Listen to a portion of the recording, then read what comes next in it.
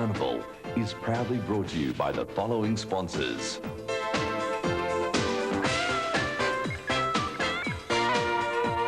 Telstra,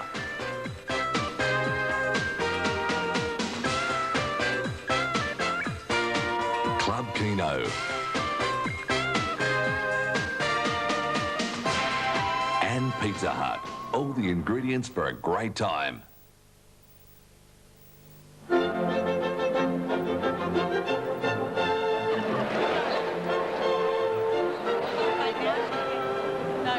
Huge crowd here at Flemington, and they're watching the Greys go to the stalls for the fourth event, the Myer Plate, accompanied by perhaps a drop of the bubbly.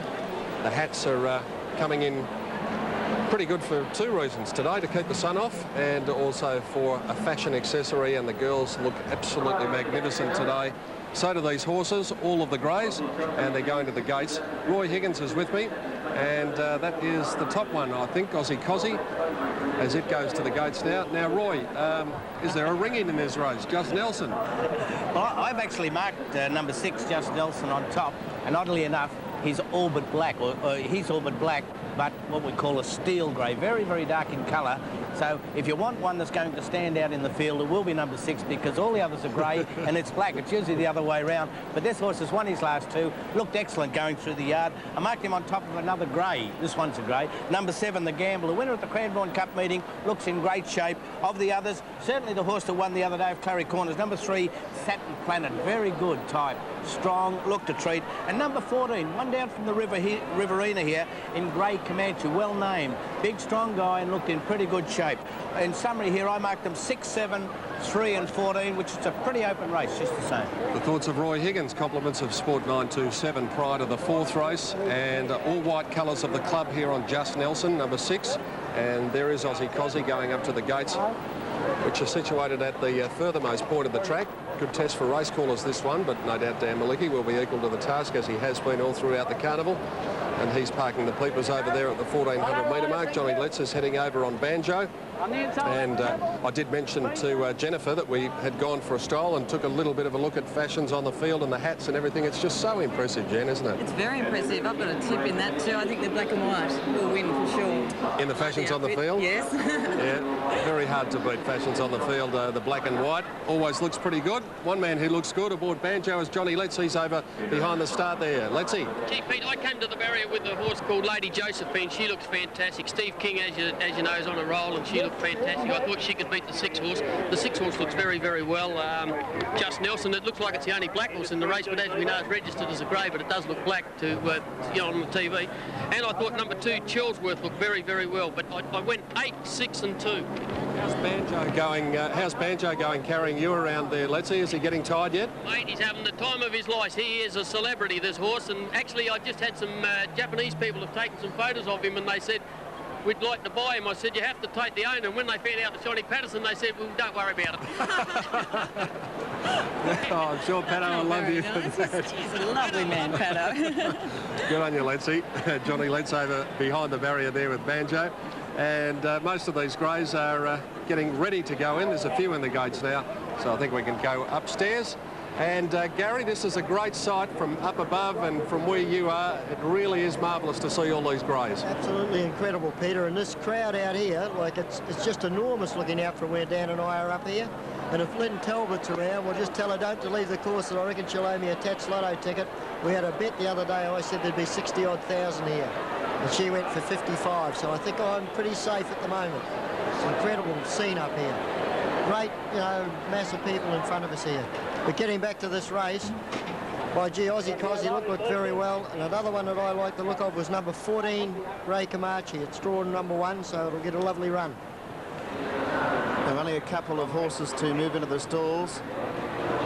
Grey Concept is ready now, and the last one up is going to be Chelsworth.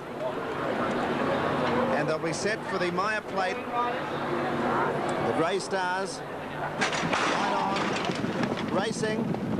Centonic was one of the first to appear with Aussie Cozzy. She's going to lead early. Esplade was handy. Also up there was Just Nelson, just on the back of Aussie Cozzy when they settled. Vanauri got to about 6th. Chief Pandari and also Satin Planet going forward. Silver Apple trapped out a bit wide early. Just in behind those horses with Lady Josephine getting into about 7th spot. Grey Comanche's now midfield on the inside of Grey Concept. And then Prince Misty. They were followed by Chief Pindari inside Shellsworth. 2.5 lengths away the Gamble. And in Lob's Pound at the tail of the field. 800 to go. Esplade's taken over now and leads about a length. Going up on the outside, Pedro's Advice. Then Silver Apple just in behind them, Aussie Cozzy. Further back then to Satin Planet as they run up to the home turn. In behind those horses on the bend was Just Nelson, probably about 3 lengths from them. Van Ari next. Wide out was Grey Concept as they made the home turn. Shellsworth was behind it. Well back in the field as they straighten up was the Gamble. And they were followed by Vanari as they come down to the 300. Esplade just the leader. Going up to it now was Vanari. Here comes Chief Pandari with a run. Satin Planet trying to get through. And now Lady Josephine fighting back on the inside. Lady Josephine, Vanari, Chief Pandari. Just Nelson getting through late. Lady Josephine the leader. Just Nelson starting to rocket home, but Lady Josephine's in front with 50 to go. And Lady Josephine wins. Lady Josephine has beaten Just Nelson, Vanari, Chief Pandari. Then Grey Comanche followed by Inlob's Pound, Satin Planet. Esplade next home followed by Shellsworth, the Gamble. Then Centonic, Prince Misty. Silver Apple knocked up from Grey Concept. Aussie Cozzy couldn't run the trip. And back at the tail was Pedro's Advice. Well, Letzi gave us the tip there when he was going round on Banjo. He reckoned that Lady Josephine looked the pick of them. And Stephen King, well, another good ride. Just Nelson looked a little bit unlucky, seemed to get held up. But Letzi, well, he's picked the Quinella. 8 and 6, Just Nelson as well. Well done, Johnny. He can certainly pick a fine grey specimen, can't he, our Letzi? Yes, well, you know, he's always been good at picking the ladies. 8, 6 and 12 were the numbers, and it was just a cloud of grey up the straight, wasn't it? Any one of numerous horses looked as if they could have won the race. And there's the ringing just coming through like he's only black horse, but he's got a grey mane and a grey tail. It's Just Nelson, one off the fence, and the white colours getting through there. But great ride by Stephen King. Robbie Griffith saddled up a couple of horses, so no doubt his float on the way down today would have been filled with greys. He had Shellsworth and Lady Josephine in this, and he gets the money. I'm sure it'd be a big thrill for him. I'm sure it is, and well, he spent about the last 10 minutes shaking, or the last 5 minutes anyway, shaking hands. Robbie, well done. Thanks, Beth. Yeah, Dan just mentioned you had a couple of runners in the race, so the float was full of greys this morning. Yeah, certainly. You don't like clashing two against each other, but it was very attractive, a grey horse race, especially when you've got one that's going really well. Good spectacle, isn't it, too? It is, yeah, it was good for me anyway. Letzi remarked on the way to the barrier that he thought she was the pick on looks. Yeah, look, she's had a lovely prep. It's a 4th run for us now, and she should have won at Werribee. It was a very good run, and the outside draw, drawn 11 really suited her well, and she travelled like the winner the whole way and went right away with it, so it was good. She did look very good, yes. Always a thrill to win a race over the carnival? Oh, definitely. It's what what all trainers want to do, isn't it? To compete over the carnival, and it's good to have one line up, let alone win races over the carnival. Yeah. Well done, mate. Thanks very much. Robbie Griffiths, the winning trainer. Here's John Letts with the winning jockey, Stephen King. Yeah, no, Pete, Steve was just saying he's had 3 deep all the way, so it was a very good effort, Steve. It was, John. I was stuck out there. I said to sit and wait, and it was a pretty gutsy win, yeah. The bloke that went past me just now was Rodney Griffiths. He said, tell him he's lucky I never made the weight. Yeah, I was just saying, Pete, Johnny's been telling us how good he is. He's tipped 4 out of 4. How true is it? I said to Steve earlier, Pete, I said, how does it feel? He said, I won 3 the first day, ran 2nd in the Melbourne Cup. He said, I don't know how the rest of the carnival was going to go, but this was a very good win, Steve, wasn't it? It was, John, yeah. It was a pretty gutsy win. It's hard to sit 3 deep here and win, so no, it was definitely a gutsy win. Yeah, congratulations, mate. Thanks a lot. We'll see you later in the day, we hope. I hope so. Yes, well, as Stephen King gets back here, I think I'll give him a word of advice, Jen, and that is don't believe everything Letzi's telling him on the way back. You're not wrong. I've got a sore ear from Letzi all week, actually. But, yeah, credit to him there. He found the winner, and she did look terrific on the way to the gates. He's had a bit of a day out, Johnny Letz. I think he tipped the first as well. Yeah, he's doing very well, and we're going to hear all about it. Anyway, there's Lady Josephine, number 8, coming back to scale. Beautiful ride by Stephen King. Second place and going to Just Nelson. I'd stick with him, Jen. He was unlucky. Desperately unlucky, yes. Should have gone very close. close. And number 12, Benari, ridden by Greg Paul, third. Fourth placing there went to 13, Chief Pindari. Fifth was 14, Grey Comanche. And they're at a time of 1:22.8, which is pretty smart. 1:22.8, 2.2 seconds outside the record. Well, it's only round about now 35 minutes or a little less to the running of the big one, the Crown Oaks, here at Flemington on the third day of the carnival, as the winner returns to scale. Lady Josephine will take a break and be back very shortly.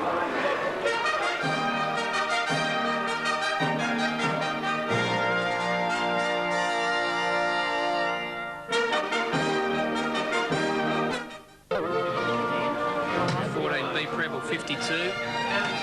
Thank you. Oaks Day at Flemington, and our usual ritual, there's RS Shane Dye weighing in. Gleeson will be happy, we think. 14.3. Correct weight. Thank you, sir. Correct weight is notified for all the greys. Lady Josephine, good win in the Maya Plate. And with that win and beautiful rug, that means, and beautiful lady there too, that means we can pay you some money. Here's Danny with the dividends. Lady Josephine, I think there's only about 3 or 4 mares in the race, and one of them was successful against the male greys. Lady Josephine, 6.20, 2.20. 6 Just Nelson, $1.90, and 12 Benari, $4.10. Quinella, $16.90. The trifecta, $533.30, and the running double, $54 even. A length and a half by a length and a quarter with the margins. The time, 1:22.8. Fourth was number 13, Chief Pindari, and fifth, number 14, which was Grey Comanche. Lady Josephine winning the Maya Plate, race 4, Flemington. Thank you, Dan. And Rob Gaylard is ready too for presentations. Let's go to him. Magnificent sight, ladies and gentlemen, of course, of the Maya Stake with all the greys, but Mr. Christensen, David Christensen, representing the VRC out here. But to make the presentation, the Managing Director of Maya Stores Limited, Mr. Terry McCartney. Thank you, Rob, and to the Chairman of the VRC, distinguished guests, ladies and gentlemen.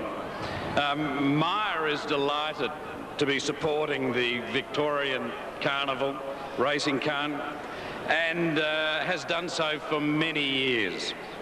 The celebration of fine horse racing and fine clothing in this carnival atmosphere is an absolute delight to be associated with.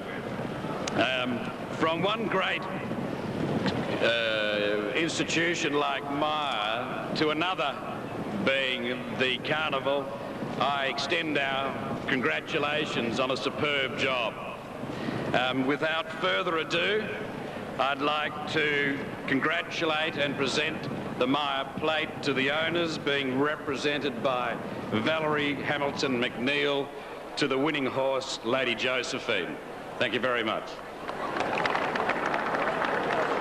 And thank you very much. And isn't that an absolutely fantastic sight on that camera, seeing all those grey horses charging down the straight? Terrific sight.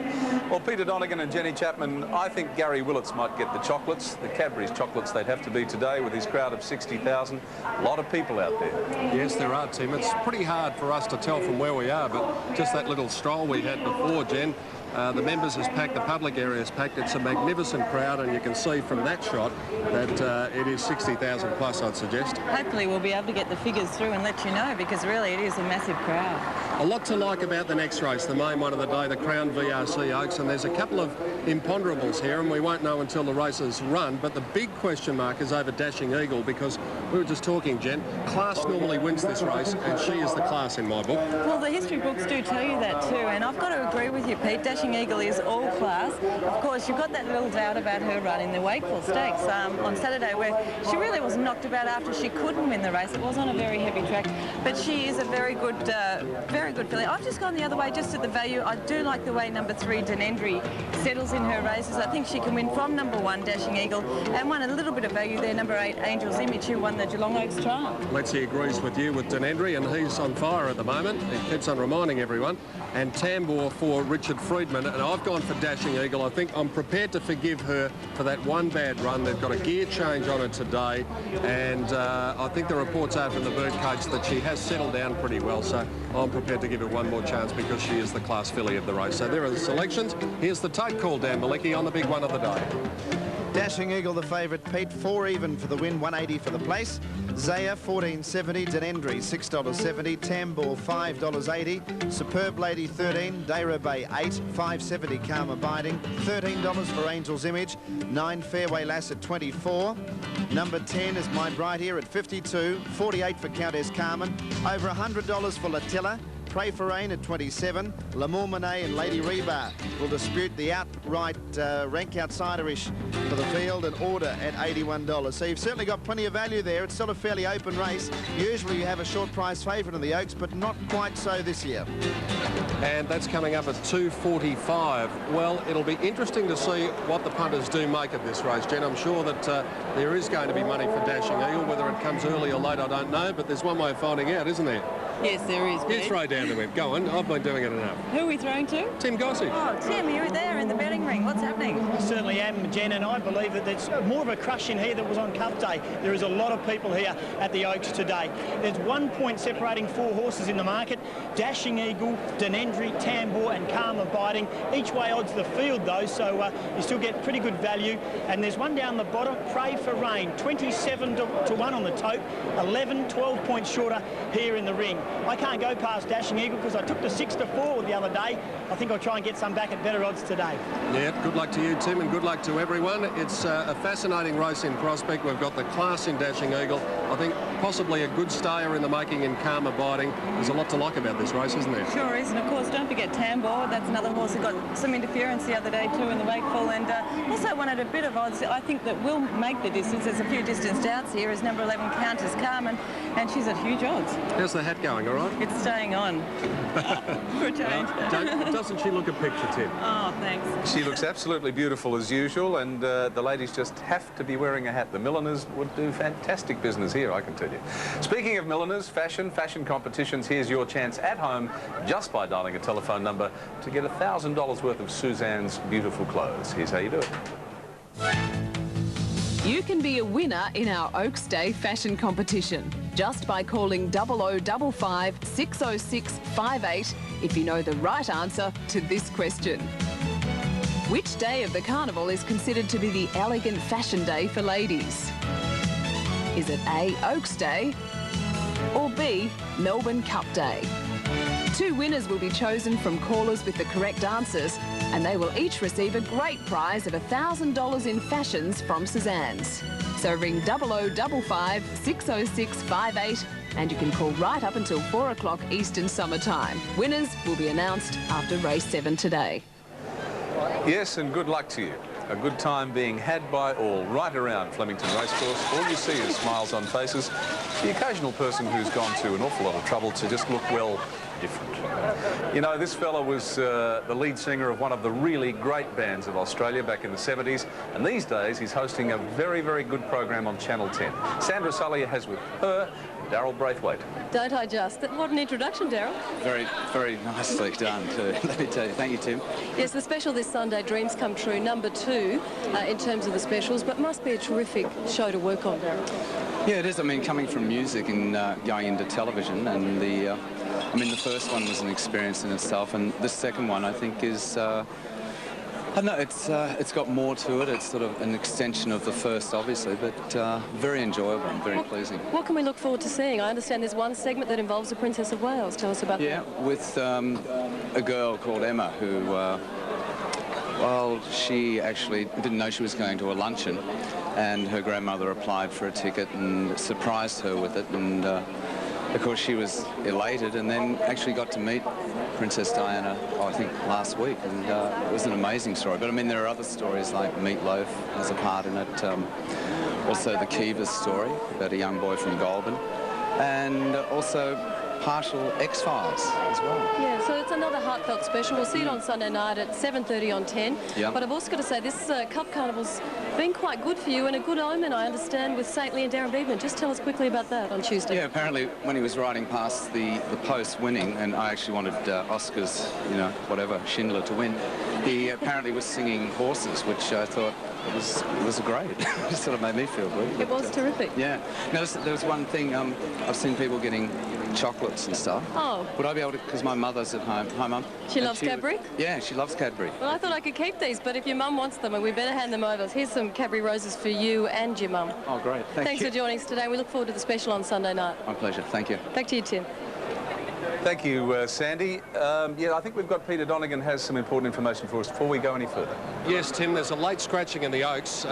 It's just come through, number 12, Latilla, at 2:22, and that is by order of the stewards. No other reason apart from that, but race 5, number 12, Latilla, a late scratching at 2:22 by order of the stewards, so that means we have 2 scratchings in the Oaks now, Tim, and that reduces the field of 15, but still a big field. Okay, thank you. See you soon. You know, 3 years ago, the Chicken Kings, Bob and Jack Ingham, were looking for a new trainer to head their massive operation, Woodland Stud. Now, to some, their choice was a surprise, but John Hawkes has done everything right.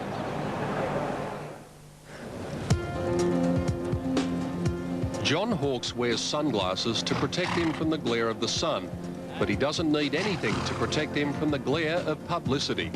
Although he trains hundreds of horses for the biggest owners in Australia, Jack and Bob Ingham, he says the pressures of running a top stable never get to him. No, not really. You know, it's a high-profile job, I suppose, but when I come here, I come with the attitude that, you know, I might be here 1 year, I might be here 10, so I think all you can do is do your best, and that's all I've ever tried to achieve, and you know, as it's turned out, things have gone pretty well. Hawkes was a jockey in Adelaide until rising weight forced him to take on training. And he's in no doubt he's a much more successful trainer than he was a rider. I rode till I was 21, and then I had a dual licence for 12 months, and then that was the time when you could ride and train, and after they gave the riding away because I got too heavy, and then I just took up training. Although he met with immediate success through the likes of VRC Oaks winner Toltrease and Victoria Derby winner Galena Boy, it was when he moved to Melbourne to train for a group of high-profile owners, including Robert Sangster, that he really began to make his mark. 2 of those owners were the Ingham brothers, and they offered him the plum job in Sydney. Jack and Bob, better known as the Chicken Kings, don't seek publicity and try to stay low-key. But when you've got horses the calibre of Octagonal, Anthems and company, it's sometimes a bit difficult. They really enjoy it. I mean, we've got horses everywhere, and they really love their racing. I suppose, you could say more Jack than Bob, but then, I think Bob in the last, few years, well, since I've been, he's been really excited about it, and I think they both, thoroughly enjoy it. And who wouldn't enjoy it when a horse like Octagonal has a season like last season, when he won the Cox Plate in the spring and the Sydney Triple Crown in the autumn? Hawkes answers quickly when you ask him if the now 4-year-old is the best horse he's ever trained. Oh, no doubt. It's by far the best I've trained. I've trained, a lot of good horses, and I've won some good group races too, but he's just something special. He's just it's more to it than just training, his character and his will to win and everything that goes with it, but he's by far the best horse I've trained, maybe ever will train. And the other thing about which he has no doubt is the comparison between riding and training. Despite his background, Hawkes is renowned for his criticism of the Saddle Brigade. They've sort of got their, highs and lows, but, compared to a trainer's life, I mean, and jockey's life's real cushy, for, what they do and the money they earn, but that's not detracting that, they got a certain amount of risk, but they'll never know what it's like until they ever get on the other side of the fence. Well, just over 15 minutes away is a Butte race, the VRC Oaks. 3-year-old fillies, set weights, 2,500 metres. What more could you ask for? On the other side of this break, we'll see it.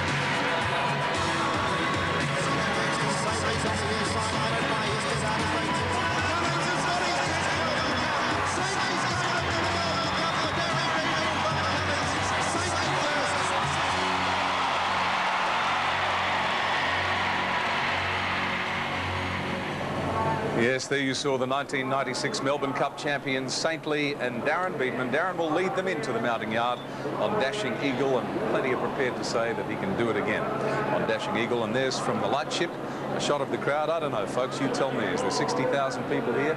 Have to go close. There was nearly 65 on Derby Day, 90 on Cup Day. The jockeys are being introduced, and there's the clock that tells you it's about 11 minutes to the Oaks. And Peter Donegan, these are the sort of races the purists love. 2,500 metres, 3-year-olds at set weights. It's a ripper. It is, Tim. Every year it throws up a very good filly, and I just wonder which that filly will be this year. Will it be the class filly, or will it be the better stayer in the race? Jen, history would seem to indicate that the class filly might win. Yes, well, you're talking about class, and that is, of course, the top weight Dashing Eagle. She is all class, Pete. We probably can forgive her for that bad run on Saturday in the Wakeful. She just didn't appear to handle the track all that well. She was a bit wide as well, eased down towards the end, but she's the classy filly going into this race. And there she is. Now, it's important to have a look at her today because she was apparently a little bit up on her toes the other day before the race, and she got a bit stirred up, and that's why she wanted to rip and tear during the race. Now, she looks pretty relaxed to me today. She looks terrific. She's a magnificent filly. You can just see there, and I've got to say she must be left there with the chance. The only slight query, of course, is can she run out a strong 2,500 metres just on the strength of that Wakeful run on Saturday. But look, if you're looking for class, and history does say they do win this race, well, Dashing Eagle's got a very good chance. As you say, Darren didn't knock her around in the closing stages the other day. Number 2, Isaiah, she missed a run here on Saturday because she got a bit of a hoof injury. I think she pricked herself. And, well, it's really just a question of whether she'll get the 2,500 metres or not, Jennifer. Well, yes, that's true too, Pete, and whether or not she's over that injury as well. She has been beaten by most of these when they have met. I would say she's probably left there with a place chance in the race. I think drawn in barrier 14 there, a little awkwardly drawn, but a place chance is the best I could give her here. Now, Denendry, number 3, is the other one of Bart's, and Bart going for an 8th Oaks victory today. They call him the Cups King. They can also call him the King of the Fillies. Denendry at Geelong, Jen, had every chance and probably looked a touch disappointing there, but she was anything but disappointing in the Wakeful. I actually didn't think she was that disappointing in the Oaks trial. I thought she put in quite a nice effort, but she really rounded that off with a very good win in the Wakeful last Saturday over the 2,000 metres. Pete, I've been most impressed by this filly, how she's been settling in her races, the whole preparation. And that's one thing about her. She should be able to settle very nicely here, and if she does that, she'll run this distance out very strongly. Tambourne, number 4, loomed up, presented itself as the likely winner in the Norman Robinson at Caulfield before running second to Mustang Ranch. Then she finished 4th in the Wakeful here on Saturday behind Denendry. You can see she's a lovely filly. She's taped on the front, but she did get into trouble in the last 200 metres the other day. Yes, she did, and we don't know how good she was going at the time. It looked like she was going to go on with it, but she was stopped in her tracks there, and you'd say on that run she must be left there with some sort of chance. She's going to get back in this race. She is going to need her fair share of luck. If she gets it, she should be in the finish. Superb Lady, number 5, is without question probably the best maiden 3-year-old filly in the land at the moment. She loomed up the other day, looked the winner before Denendry beat her. Prior to that, she was never on the track at Caulfield in the 1,000 guineas in the race won by Dashing Eagle. Can a maiden win the Oaks? Well, I don't think it's impossible, Pete. I think this horse is a real little bulldog. She tries her heart out. She has gone up 3 kilos on her run in from the Wakeful when she carried 52.5, so that's obviously a little concern. She's not an overly big filly, but she's all heart and she'll give it her best shot. Dara Bay's form's been up and down, Jen, but there's reasons for it. Her win at Caulfield 4 runs ago, very good when she got right up along the rail after a very good effort at Moonee Valley before that. Then she finished last in the Manifold. Forget she even went around in that. She couldn't lift her legs in the heavy going. Then second at Caulfield was good. And then what did you make of the Wakeful performance on Saturday? Well, it just leaves you with a slight doubt as to whether or not she's going to run out the distance strongly, Pete. I think on that particular run there, prior to that, as you said, the run at Caulfield was pretty good. She can race up reasonably handy, and of course she's got Greg Hall on board in a very smart stable with the Freedman, so I think she's probably maybe a place chance in this. I think Karma Biding's got the makings of a very good stayer, trained by Colin Alderson at Cranbourne. She gets a long way back in her races, but she always rolls home very well, and she's got one of the best jockeys in the land in Patrick Payne. He'll need to be, though. She's drawn gate 16, but she will drop out, won't she? Yes, she does tend to get back in her races, and I thought she got a fairly good run through in the Wakeful on Saturday. It was quite a nice effort there. She's another horse that's going to get back, and when you get back, you always need that ounce of luck.